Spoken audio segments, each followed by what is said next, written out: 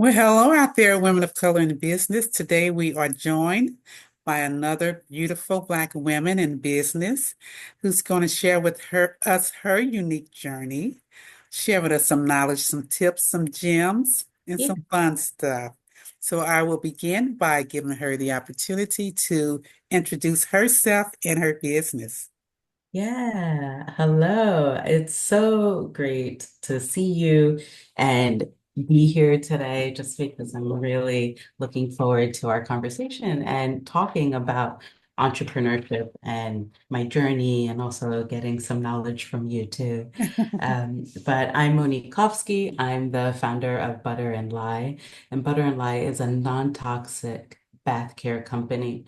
And so all of the products, we have soaps and accessories, and what we think about what before we create a product is the level of toxins in it and also the sustainability of it before we carry that product. So if you're visiting our website, you know that from the top down, we made sure that there are no parabens or phthalates or artificial fragrances or any of like the known endocrine disruptors specifically in any of our products. Everything is plastic free. And we really pride ourselves in being able to find just solutions for people who are looking to lower the toxins in their bath care routines. Wonderful, wonderful, beautiful. Now, how long have you been in business? Butter and I started back in 2020. Funny. We started in March of 2020. Ah, Before the pandemic was even like a thing in my really? head. Yeah. I had a launch event all planned for the end of March. Uh-huh. You know, all my products were ready, my packaging, website, everything was done.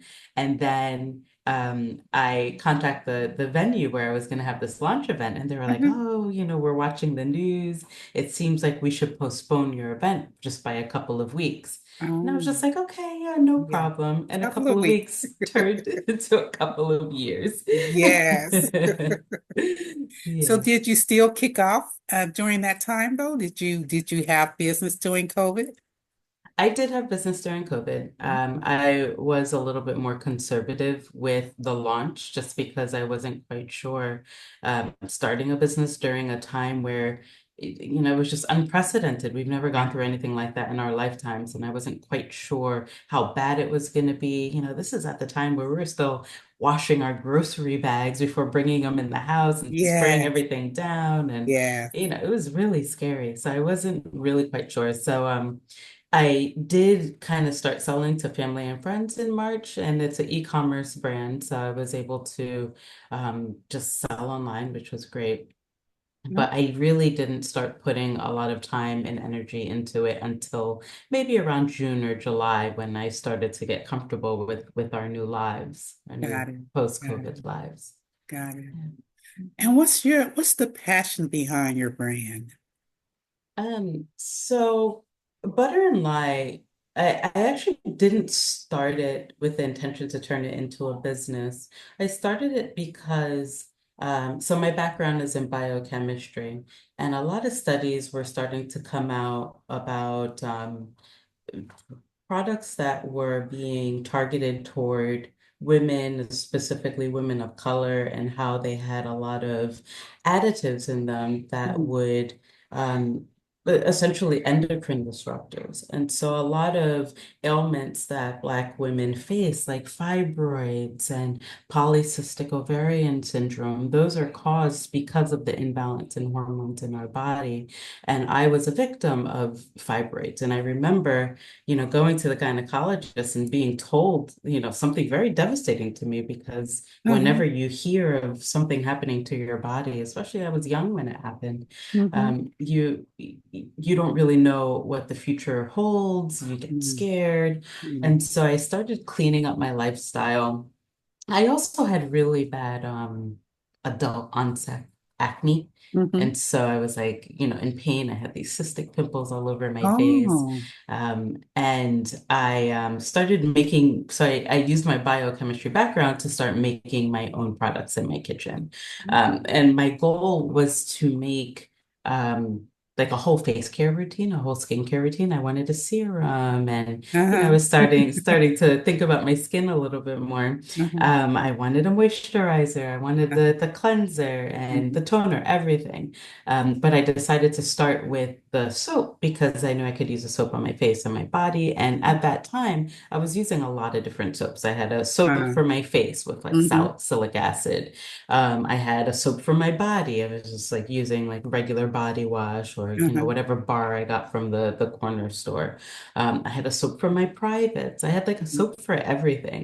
And Uh-huh. so I wanted to kind of condense that. And, when you read the ingredients on all these soaps, they all have different things in them. And I don't Yes. know exactly what is causing this endocrine disruption. And so I Mhm. wanted like a very clean bar. So I made a very clean bar, like a simple bar of soap that had kaolin clay in it and Mm. activated charcoal so that it could Mm. kind of absorb the impurities out of my skin. Yeah. And I started using it, and within 2 months, my acne was gone. And this Oh, is something that I had dealt with for years. oh, And wow. so I was really surprised, and I tried everything on the market. And Mm. yeah, like some things helped, some things didn't. But I was Right. getting sick and tired of having my skin flaking all the time and, the redness and irritation. It really was uncomfortable. And so seeing that this cleared up my skin made me start thinking, I really wonder if there's something to having a more non-toxic skincare and bath care routine. So Okay. I started sharing with my family and friends, like, here's a soap, try it out, let me know your thoughts. I was doing a little bit of research, really holding on to my scientific process as much as possible, taking a Uh-huh. lot of notes, asking a lot of questions. Mm. And it just felt like everyone said that their skin was transformed when they started using the product, especially if they had originally used something that was like full of fragrances or something, All and they right. were coming back to something natural. They're like, oh, Mm. wow, like my skin feels so clean. My skin feels so soft. My Uh-huh. acne is gone. My skin looks clearer, the wrinkles around my eyes are less noticeable, and just Mhm. all of these different things. And so the lab I was working with, it was we were working on a cancer drug, and it was something I had poured a decade of my life into, Mhm. and I was really looking forward because we were in clinical trials. They ended up shutting down the lab right in the middle of clinical trials because they Oh. ran out of funding.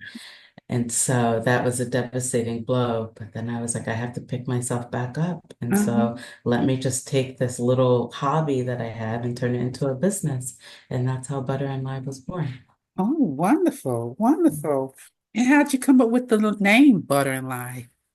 Butter and lye is an homage to ancient soap making techniques. So, over 2,000 years ago, when people first started making soaps, they would take an oil or butter of some sort and they would mix it with wood ash. And wood ash, they would like pour water through wood ash and collect that water and then mix it together. And one of the ingredients in that wood ash that they were collecting is potassium hydroxide, which is a form of lye. And so they didn't call it lye back then. They just called it Right. wood ash because that's what it was. But Right. now we know exactly what's saponifying those oils, and it's lye. And Ah, so butter and lye is just what they used to use to make soaps all the, right. thousands of years ago. And I'm trying to bring back the simplicity of soap making with butter and lye bars. And Oh, that's that's why I beautiful. I chose like the that. name. Yeah. Wonderful story. So Hmm. when you first started your entrepreneur journey, how did you go about setting up your business? Like, what were your first steps? Did you register your business? Did you Mhm.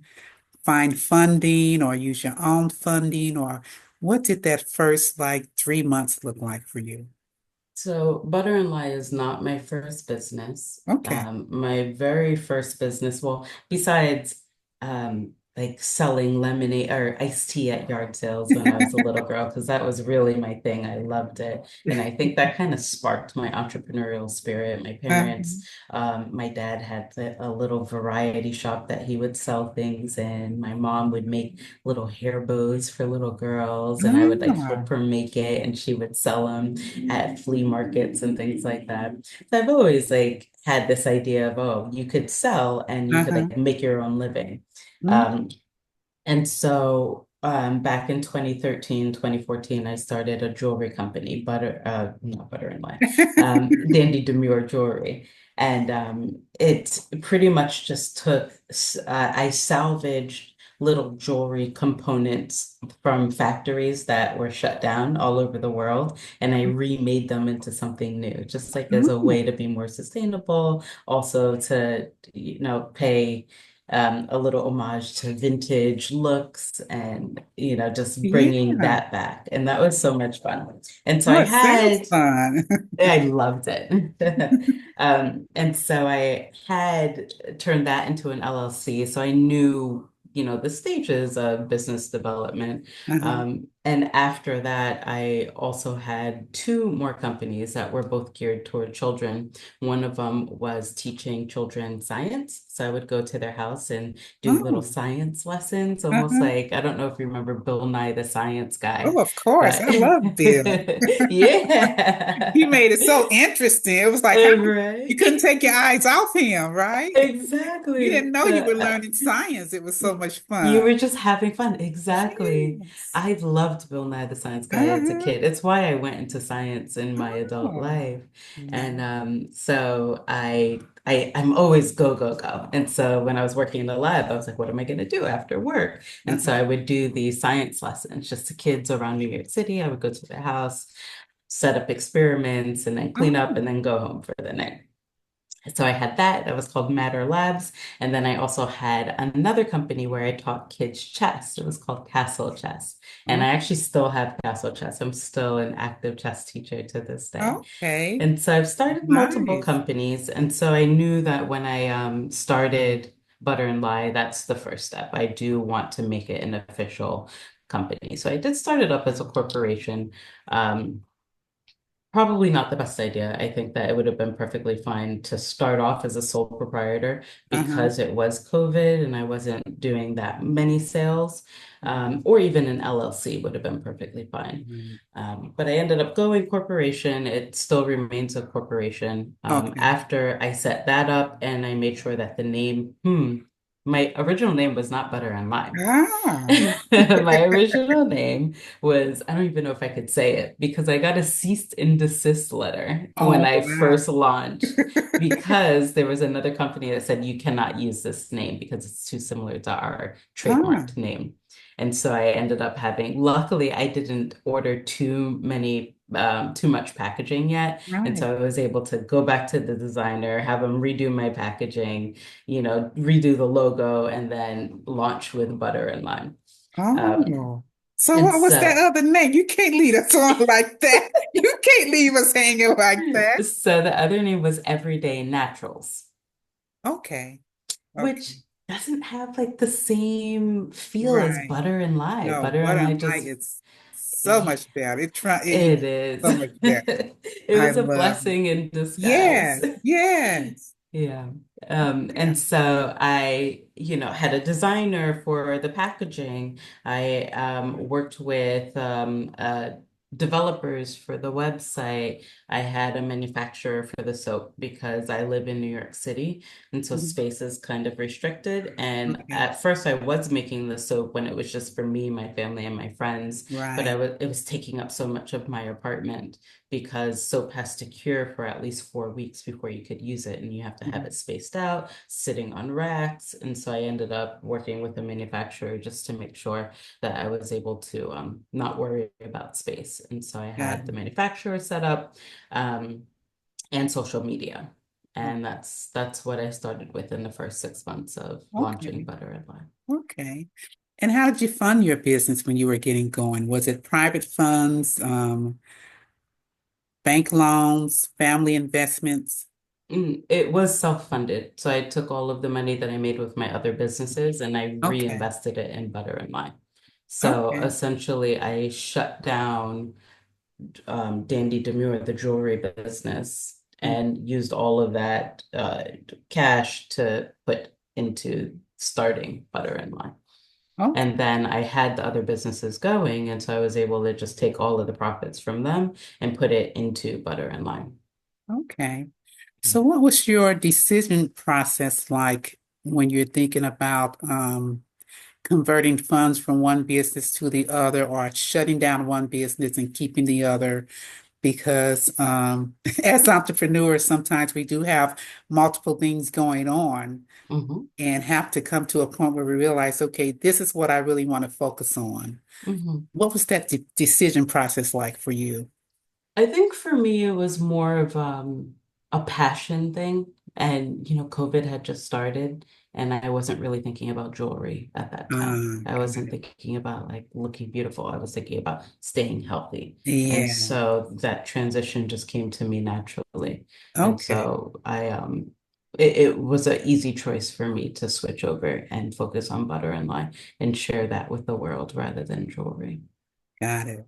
Got it. Mm. Makes sense. Makes sense. Mhm. What would you say has been your, when you think about having how you started your business, Butter and Lye, and looking at where you are now, Mm. what is something that you wish you knew when you first started you would have done differently? Yeah. So Butter and Lye recently went through a relaunch this year. Okay. And the reason why I relaunched was because when I first started Butter and Lye, in my head, I knew it was to help people. But when I did my marketing, I marketed it as an eco-friendly brand. And so a lot of my marketing was around being plastic free, helping the Yeah. environment, saving the whales. I'm exaggerating, but that's like Right. essentially the Right. feel of it. Right. And then so between 2020 and 2024, I settled down. I have a child now, Mhm. and I spent 2 years just like really dedicated my time to him. And Uh-huh. when I decided to relaunch, my priorities had changed. I didn't really care as much about saving the trees as I cared about focusing on the people. Mm, And the environment, I feel like a lot of times when you hear about eco-friendly companies, there's always a lot of talk about the environment and not enough talk about the people who live in those mm, environments and how those people are affected. And mm. so I relaunched with more of a non-toxic, even though the soap, the formulation of the soap is exactly the same. Right. Instead of talking about the packaging, which really, it matters because you don't want to put plastic in the environment if you could avoid it, but it doesn't matter as much as how my product affects people, Gotcha. right, as opposed to how it affects the environment. Right. And I also just started adding different programs to my business, like my bar for bar program, for instance, where I work with two different organizations in New York City so Uh-huh. that every bar that I sell, I could give a small version, travel size version of a bar to a person in need here. And Yeah. so being able to restructure the business to focus on the people has been something, to answer your question, has been something that I wish that I had done in the beginning, but I'm Gotcha. so happy that I landed on it now because it feels very true and very, you know, aligned with my values. Right. Right. I love that. I love that because when I looked at your brand, the most powerful thing in probably speaking to your rebranding efforts, the most powerful thing that spoke to me was that it's good for me. It's Mm. clean for me because I'm one of those people who I'm always looking on the back of to see what are the ingredients. Can I Yeah. pronounce this? Do I know what it is? Right? Yes. You You're say my you're target. yeah, you say you're all natural, but why is stuff in here? I don't know what it is. A necessary evil? Is it really a something I can't pronounce, but it's okay for me to have on my body or what? Yeah. I'd rather see very simple words that I can understand, and I Mm. don't have to have your background to understand what it is and what that it's not good for me. Yeah. So yeah, looking at your website, I could see it made me feel like, okay, this would be good for me. Hmm. I can feel Yeah. good about using this on my system and not be afraid of what, the side effects are going to be. Because I Hmm. can never understand for the life of me why there are so many medications out there with these deadly side effects. I'm like, if it can possibly kill me, then it shouldn't be on the market. You need to go back and keep working on it, right? Shouldn't be a finished product if it can possibly kill me or cause suicidal thoughts, right? So same concept with anything that I use, I want to know it's good for me. Absolutely. I shouldn't have to settle for something that's could harm me. I should be able to find something that's really Will good not for me. harm you. Yes. Absolutely. So And it's I'm glad that you said that because that's the premise of the brand. Like mhm. just giving that option where if you come to my website, every single thing there is going to match exactly what you said. You're going to be able to Yes. turn over the back of the box. You're going to recognize everything on there. And yeah, just to comment on something that you said, how sometimes you'll read the back of the box and you won't recognize one of the ingredients and you're like, is this good? Is this bad? Okay. And so when I was creating my formulations, I would essentially take those ingredients and I would say, oh, this is interesting. This is derived from coconut oil. And Mhm. rather than taking that derivative ingredient, I put the actual coconut oil in my product, Mm. not the Mm. derivative.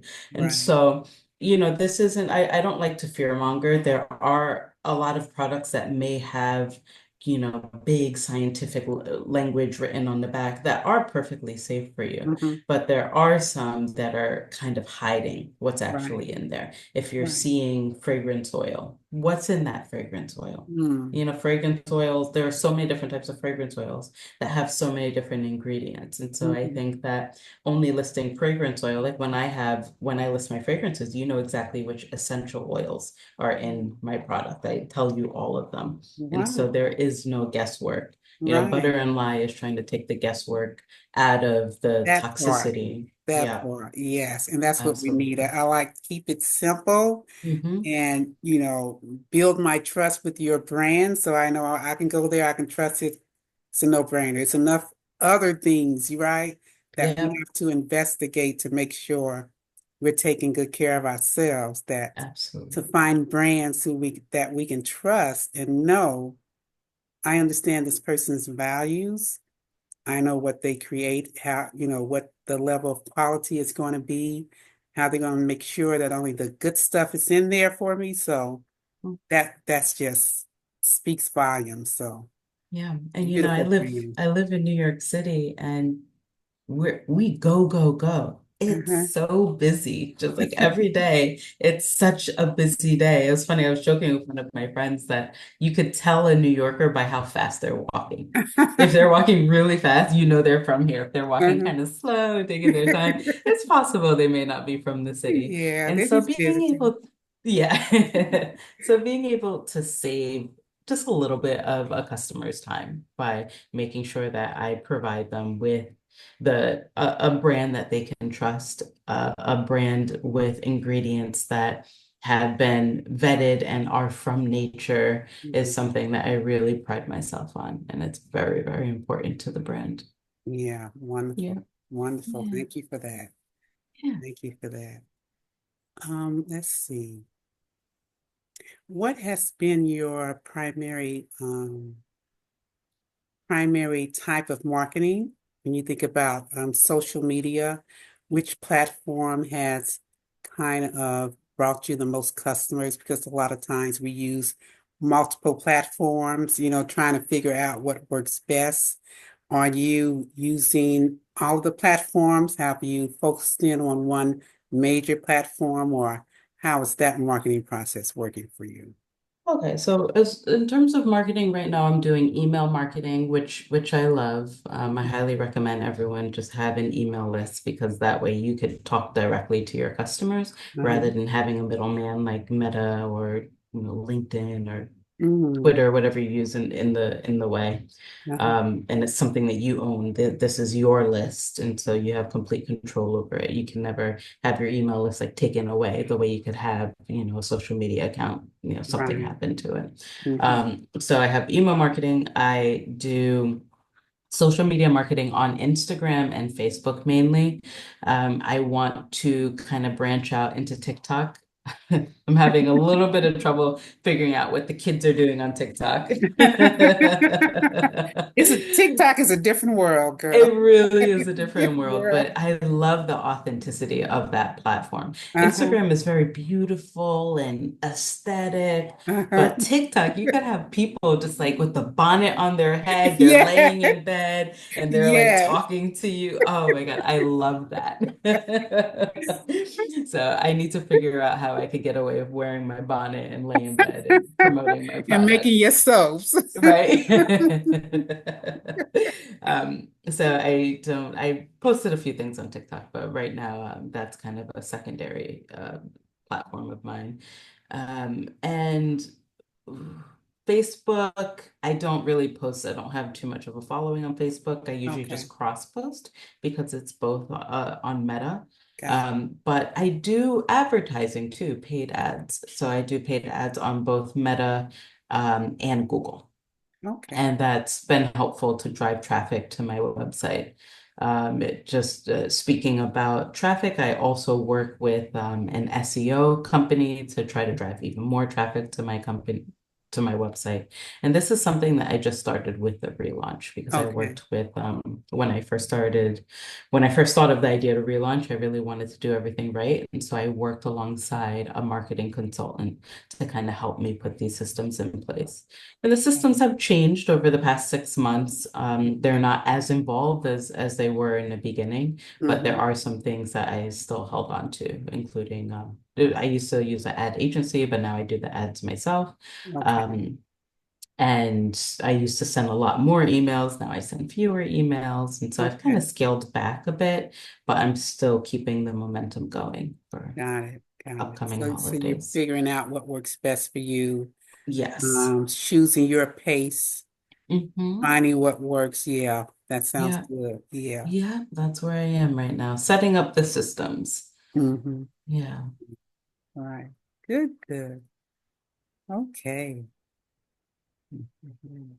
So in being especially being the serial entrepreneur, how do you make time for yourself? How do you make sure Mm, you don't blur the lines between work, family, rest time, personal yeah, time that you can turn it off? Because a lot of times when we call ourselves taking a break, our mind is still running on what needs to be done in the business. So how do absolutely. you handle that process of? Luckily, I don't have to handle it because I have a Ah. toddler who makes me handle it. Yeah. You He have no needs me. choice. I have no choice. He needs me. So I have to be Yeah. there for him. And, when I'm with him, I'm just all focused on him. And it's the reason why I chose this path and I didn't go find another lab to work in. I decided just Right. to stick with the entrepreneur path because I knew eventually I wanted to start a family. And I wanted to be able to create a lifestyle where I had time for my child, Hmm. and worked. So he gives me he forces me to take time because before he came along, I was up till 4 in the morning every day, always thinking, always Uh-huh. planning. Hmm. So I've definitely slowed things down, but since I'm creating systems, the slowdown in the time I put into the company isn't resulting in a slowdown in my profit, my revenue, Gotcha. because I have the systems that are kind of always working in the background rather than my brain always working in the background. Got it. So yeah, Got it. that's been really great. And also just like setting rules for myself. Hmm. So at the end of the night, after I take a shower, I used to get into bed and, do more work on my phone. But Right. now my rule is once you take a shower, no more screens. That's Mm. it. That does Mm, mean sometimes I'll take a shower at like 1 a.m. so I could get that last email sent. But at least I know once that shower is done. And it just allows my brain to decompress. It's yeah, creating a habit. And so once I'm right. in the shower, my body is really like starting to decompress.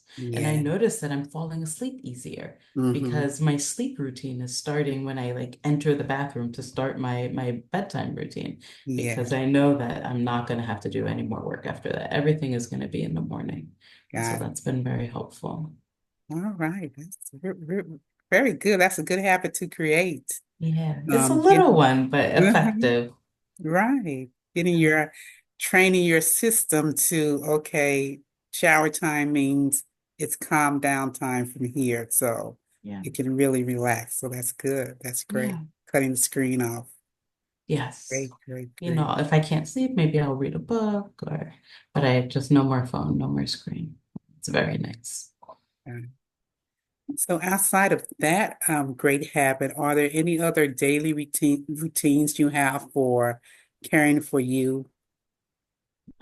Yeah, I have a very strict skincare routine, very strict, a lot of people don't talk about it, but very strict dental care routine. Mhm. Just I make, something I've been doing is taking deep breaths and like just being more intentional in the morning.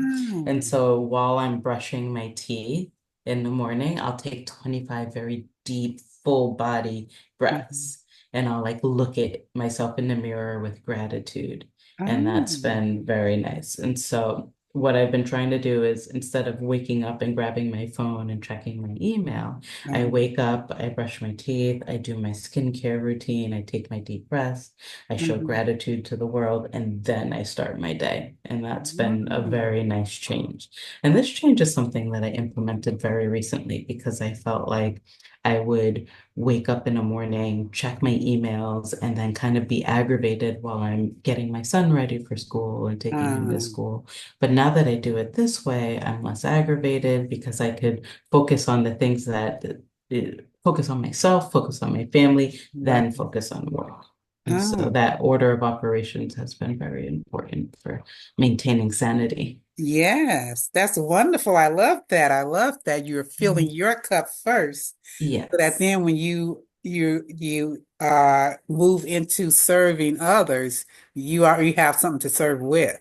exactly. So I Yeah. love that you take the time. Breath work. I love breath work. It's so magical to me, and it's so Oh, yeah. simple, and it's so Yes. free, right? Yes, yes. Breath work And is it doesn't relaxed. take too much time No, it either. Like you could doesn't. do it while you do other things. Right. You can I do it love like, it. yeah, throughout the day, a minute or 5 minutes, like you said, it makes a big difference. It does. Gratitude for yourself, that's a big thing. Yeah. I think we, especially as Black women, definitely need to invest in that because it's one of those things that you don't know you need until you start doing it Mm-hmm. and you feel the benefit of it and you're like, wow, Mm-hmm. that makes me feel differently. That makes me move differently. That really helps me in ways I can't couldn't be explained before. So Yeah. practices. It's like just being the person to tell yourself that you are good enough. You Yeah, are doing it. And yeah, it's beautiful. it We is. can't rely on other people to tell us that, but we No, have to tell ourselves that, and we have to truly believe it. And that just exactly. makes all the difference. Right, it does. And like to say that we are the person with ourselves the most, more than Yeah. anyone else in the world. So if we're waiting for someone else to tell us these things, Yeah. we may never hear what we need to hear. So it's our responsibility to ourselves to tell it to ourselves, to fill ourselves up. Yeah, absolutely. Wonderful. Yeah. Great practices, great practices. So, what are your goals? Where do you see Butter and Lye 5 years from now? Have you Mm. planned that far in advance? I haven't planned 5 years in advance, but I have been thinking about next year now that I've gotten through the relaunch. I've gotten through relearning how to be a business owner and a mother at the same time because I didn't have to do that before. I was Right. able to give my all to the business and not worry about Mhm. anything else. And be up at Now I 4 a.m. in can't. the morning. Right. Yeah. But now I can't do it. So now that I'm starting to get my bearings, Uh-huh. I'm starting to look forward. But I don't quite have a 5 year goal. I do Got have it. a 1 to 2 year goal. I would love to, do more of this, talk to people, Uh-huh. talk to other entrepreneurs, Yeah. talk to other, share my story, be an Yes. inspiration. Yes. Um, in terms of business, I would love to add more products to the product line as much as I Mhm. can. Spread awareness of Butter and Lye as far as I can, and Uh-huh. really impact people who have sensitive skin, are focusing on their non or their lowering their toxins and Right. that whole journey, the clean living journey. Yes. Um, yeah, there's just so many things that I want to do, but the concrete goals for the next year, just re launching two more products. Mm. I'm actually in talks with the manufacturer about what that's going to look like, and we're going to be Okay. starting R&D soon. Mhm. Um, Making sure that I have a blog so that I could have better outreach. So my blog has been going, but I just want to make sure that I keep that up. Uh-huh. Um, and just being grateful for everything and Mm. trying to hold on to that. I don't want, because the entrepreneur life is a hard life. Yes, it It's is. very difficult. It's Yes. very swingy up and down. One Yeah. day you'll have 10 sales, the next Uh-huh. day you'll have zero. You can't really rely on every day to be the same, but Mm-hmm. as long as you can rely on yourself, you'll be okay. Got And it. so that's what Got I've it. been doing. That's what So I what do you plan. love most about being an entrepreneur? The freedom. My son was sick last week. I was able to just drop everything that I was doing, go pick him up and be with him. Mm. And that's priceless. He Mm. needed me, and I was able to be there. I didn't have to worry about asking permission from a boss or Yes. worrying about sick days, or I just took the time that I needed. And that was the first time that the life that I've been trying to build for myself it started making sense to me because I Ah, was like, oh yeah, this is the life that I wanted. I wanted this freedom and now I have it. And I'm so grateful that I'm at this place where I'm able to do that. right. I love that. What do you like least about being an entrepreneur? I tell you, it's a little lonely. You're Yes. working by yourself. You Yes. don't have coworkers that you could chit chat with all day. I Yes. used to love that about the lab. I had like my coworkers were my best friends. We would Uh-huh. hang out outside of work and we were always talking and chatting and following up with current events or whatever shows we were watching. And it was Yeah. so fun.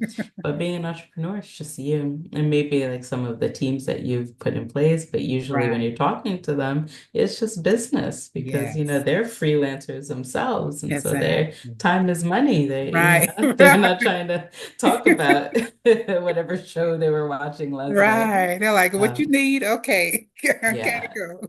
so it's a little lonely. I would say that Uh, that's probably my least favorite part about it. got it. But Yeah. I'm hoping that maybe this is a good 5 year goal. If I grow to the point where I can build a company with where I have employees, that would be wonderful because then the part that I don't like about entrepreneurship will be gone Right. because I'll have the people there on a daily basis. Yes. So of your products, what would you say are your favorites? Do you have favorites? Mm.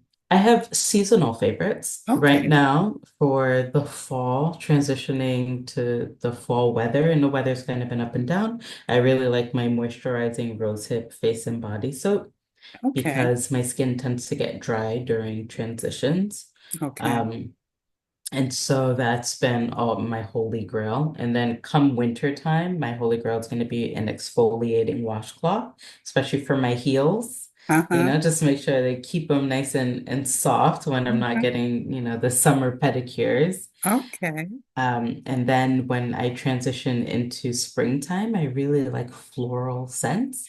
And Uh-huh. so there's a purple clay that's lavender sage scented. Oh. I have a wheatgrass that's kind of a lemongrass with eucalyptus. And so I Oh, really like scents because it's the spring, that's when the flowers are coming out, and I love right. smelling flowers. And Yeah. so it kind of just fits into that habit of mine. And then summertime, I love the exfoliating pink clay. Keep everything nice and soft. You're showing more skin. Hopefully, one of the products that I introduce is a body butter so that I can further Oh, enhance and my goal is to have a line, a yeah. product for your entire bath care Got routine. it. Yes. Yeah. That And would so be that's what I'm beautiful. adding Yeah. slowly but surely, just adding. Yes. Yeah. But I love that. I love that you're taking your time to launch your products. You said you have your products in R&D. I'm like, yes. Yes. So Absolutely. you're taking your time so that number one, what you put out there is of quality. It has your values in it, right? So that's part of your process. But also, um, you're not it means not trying to do too much at one time. Like you're able to constant focus and grow and make better decisions, I think, when we gradually expand, right? Because Mhm. there's a knowledge that comes from your client base when you take time with them that you don't Absolutely. get when you're putting out 20 things at one time, right? You don't know who Hmm. likes what, and you're all over the place. But if you have just a good core line of products, Hmm. over time, you start to learn a lot about your client base that if you put out too much at one time, you probably wouldn't have put those out, had you Yeah. had that knowledge. So Yeah. I love that you're taking that time to get that knowledge and then you're strategically deciding what to put out next because it's as looking at your website, I'm thinking about, what about body butter things, but it's Yeah, wonderful to know that you're working on that. So yeah, it's gonna come beautiful. sooner than you think. I actually have a collaboration. You could be the first person to know. I Okay. have a collaboration for the holidays with another woman of color owned business based out of New York City, and she makes body butters. Okay. And she just dropped off the scents that we're going to be using for our gift box. Oh, And so nice. it's going to be a butter and lye soap, an accessory, and one of her body butters. And Oh, so it's going to nice. be, I her love scents that. are amazing. I'm I really looking love forward that. to I it. love partnerships. That's a great idea, Yes. right? Yes, So, and then that absolutely. can eliminate some of that loneliness too, having Yes, it does. partnership. I It love does. that. So, great Mhm. concept. You don't have to do it all yourself. You You can don't. find other businesses to work with and you can both expand together. So Absolutely. that you call it a holiday gift box, gift set? Yes, it's a gift set. Sounds Yeah. wonderful. I'll be looking out for that, definitely. Okay. Sounds Sounds like good. it'd be a great gift idea. So Yeah. Thank wonderful. you. Well, Monique, it's been wonderful talking to you today. We're so glad you graced us with your presence. Mhm. To close out, there are four fun questions I like to ask, Oh, just so we get to know Monique, the person. So yes. the first one is going to be, what do you consider your superpower? If you Oh, had a to, superpower. yeah. I'm pretty patient. Oh, I'm very patient, and I've always kind of been patient. I don't lose my temper, almost very rarely for me to lose uh-huh. my temper. I tend to just like wait. If a person is up here, I just Uh-huh. like stay silent and wait for them to come down. And then when we're on the same level, then we're gonna talk again because I'm not gonna meet them Yeah, up there. got you. I So got you. I'm yeah. the same way. Yeah, exactly. Yeah, I can't even hear you. You're so loud. So come Exactly. down and I can hear you. We can talk. But Yeah. Yeah. wonderful. I love that. Hmm. If you could have a conversation with any person from any time in history, Oh, who would you choose and why? interesting. I would have answered this question differently if you asked me last week. Mm, But because you're asking me this week, I recently received a photo of my great great grandfather, and I didn't know anything about him. mm, And in this photo, there are it's him in the middle and his family surrounding him. And all of the people on the bottom row have instruments, different orchestra instruments. He has a cello, there are a couple violins, some violas. I would love to talk to him. I want to hear all about his life and how he got into music and mm. why it inspires him. I want to hear him play. I want to hear the family Ah, play. I want to sit with them in that family room and just have that jam session with them. ah, Like I would love that. Just being there, no specific questions, more so right. feeling the vibes of that moment and being with my ancestors. That would, I've been thinking about that every day since I saw the picture. It's Ah, so beautiful. that's a beautiful wish. That's Yeah, lovely, lovely. yeah. Okay. What was your favorite childhood game? Hmm.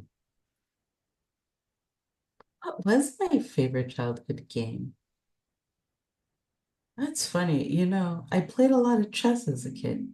I taught myself how to play chess on my computer Uh-huh. probably when I was 12 years old, because when the computers used to come with preloaded games, you had your Right. solitaire, You're your right. chess, your hearts. And so I would always go to chess. And I remember like it Mm. taught you how to play. And then I would just like come home and play every day. I was kind of like an indoor kid. So my brother and Uh-huh. sister would be outside climbing trees, having fun, and I would be in front of my computer playing chess. So Nice, I would say nice, chess. Yeah. nice. Okay, last I question. don't love it as much as an adult. I love teaching it, but I don't love playing Ah, it as much. I just don't have the time and like the level of focus that's needed for a right. great game of chess. It's like, I'm thinking about did I place an order for my packaging in the middle of the game? Right, too much time. Exactly. Yeah. If you could travel anywhere in the world, where would you Oh. travel and why? I would have to go back to Japan. I went to Japan the end of 2016, and I've been taking Japanese lessons for over a decade now. Okay. And when I went there the first time, my Japanese was still like very shaky, but Uh-huh. now I'm at the point where I could hold conversations, and I would love just Oh, to be in the environment, experience their culture from a perspective where I could actually interact with them and speak with oh. them. And I would love to see how that feels. So give us So, a phrase in Japanese. What can you say oh, for you're us? putting me on the spot. Or one word. What? ちょっと、今は日本語を話します。でも、私の日本語は上手じゃない。It sounds like music to me. All I said was, right now I'm speaking Japanese, but my Japanese is not good. I love it. I love it. I love it. Thank you Mm, so much. So again, yeah, we appreciate you. We wish yeah. you the best of joy, health, Thank you. and wealth in both your personal journey and your entrepreneur journey. Thank you. Same to you. Thank you for having me on and taking the time to share your knowledge and talk to me. This has been so wonderful. Thank you. Yeah.